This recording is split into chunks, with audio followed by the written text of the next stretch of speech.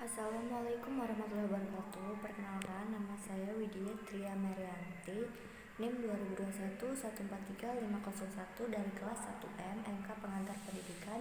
Dosen pengampu yaitu Bapak Dr. Haji Hendra Wijaya SHG MPDI. Materi kali ini yaitu materi sebagai faktor pendidikan. Subtemanya yaitu pengertian faktor pendidikan, cukupan materi pendidikan, pembidangan pendidikan berdasarkan materi pendidikan. Subtema yang pertama yaitu pengertian faktor pendidikan. Secara universal, pendidikan dapat didefinisikan sebagai suatu cara untuk mengembangkan keterampilan, kebiasaan, dan sikap-sikap yang diharapkan dapat membuat seseorang menjadi warga negara yang baik. Tujuannya untuk mengembangkan atau mengubah kognisi, afeksi, dan konasi seseorang. Faktor-faktor pendidikan. Dalam aktivitas pendidikan ada 7 faktor pendidikan yang dapat membentuk pola interaksi atau saling mempengaruhi. Namun faktor integratifnya terutama terletak pada pendidikan dengan segala kemampuan dan keterbatasannya. Ketujuh faktor tersebut meliputi 1. Yaitu faktor pendidikan. Pendidikan sebagai suatu bentuk kegiatan manusia dalam kehidupannya juga menempatkan tujuan sebagai sesuatu yang hendak dicapai, baik tujuan yang dirumuskan itu bersifat abstrak sampai pada rumusan-rumusan yang dibentuk secara khusus untuk memudahkan pencapaian tujuan yang lebih tinggi. 2. Yaitu faktor pendidikan. Dalam hal ini kita dapat membedakan pendidikan itu dalam 2 kategori, yaitu pendidikan menurut kodrati yaitu orang tua, dan B yaitu pendidikan menurut jabatan yaitu guru. Ketiga yaitu faktor anak didik. Anak didik adalah orang yang menerima pengaruh dari seseorang atau sekelompok orang yang menjalankan pendidikan. 4. Yaitu faktor alat pendidikan. Alat pendidikan adalah suatu tindakan atau situasi yang disengaja diadakan untuk tercapainya suatu tujuan pendidikan yang tertentu atau yang diinginkan. 5. Faktor isi atau materi pendidikan. Yang termasuk dalam arti atau materi pendidikan ialah segala sesuatu oleh pendidikan yang akan langsung disampaikan kepada peserta didik dalam rangka mencapai tujuan pendidikan.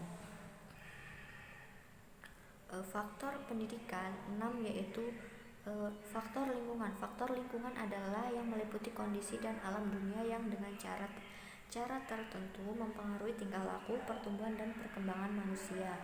7. Yaitu faktor metode. Faktor metode ialah cara yang dilakukan oleh pendidik dalam menyampaikan suatu pendidikan kepada anak didiknya. Maka seorang pendidik harus mengetahui metode apa yang cocok untuk diajarkan agar anak didik tidak cepat bosan. Yang kedua yaitu cakupan materi pendidikan. Dalam menentukan cakupan atau ruang lingkup materi pembelajaran harus diperhatikan apakah materinya berupa aspek kognitif atau fakta, konsep, prinsip, dan prosedur, aspek afektif atau aspek psikomotorik, karena ketika sudah diimplementasikan dalam proses pembelajaran maka masing-masing jenis uraian materi tersebut memerlukan strategi dan media pembelajaran yang berbeda-beda.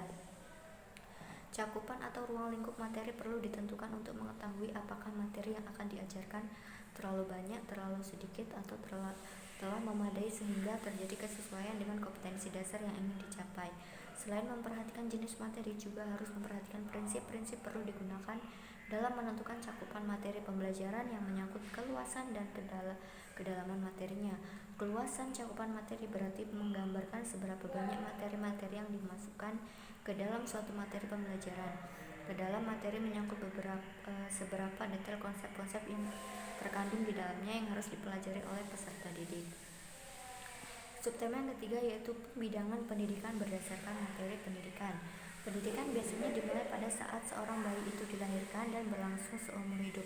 Pendidikan bisa dimulai dari sebelum bayi lahir, seperti yang dilakukan oleh banyak orang dengan memainkan musik dan membaca kepada bayi dalam kandungan dengan harapan ia akan bisa atau mengajar bayi mereka sebelum kelahiran. Bagi sebagian orang, pengalaman kehidupan sehari-hari lebih berarti pada pendidikan formal, seperti kata Mark Twain, "Saya tidak pernah membiarkan sekolah mengganggu pendidikan saya." Anggota keluarga memiliki peran pembelajaran yang sangat mendalam, seringkali lebih mendalam dari yang disadari mereka, meskipun pembelajaran anggota keluarga berjalan secara tidak resmi. Mungkin itu saja yang bisa saya sampaikan kali ini. Kurang lebihnya saya mohon maaf. Pada Allah saya mohon ampun. Terima kasih. Wassalamualaikum warahmatullahi wabarakatuh.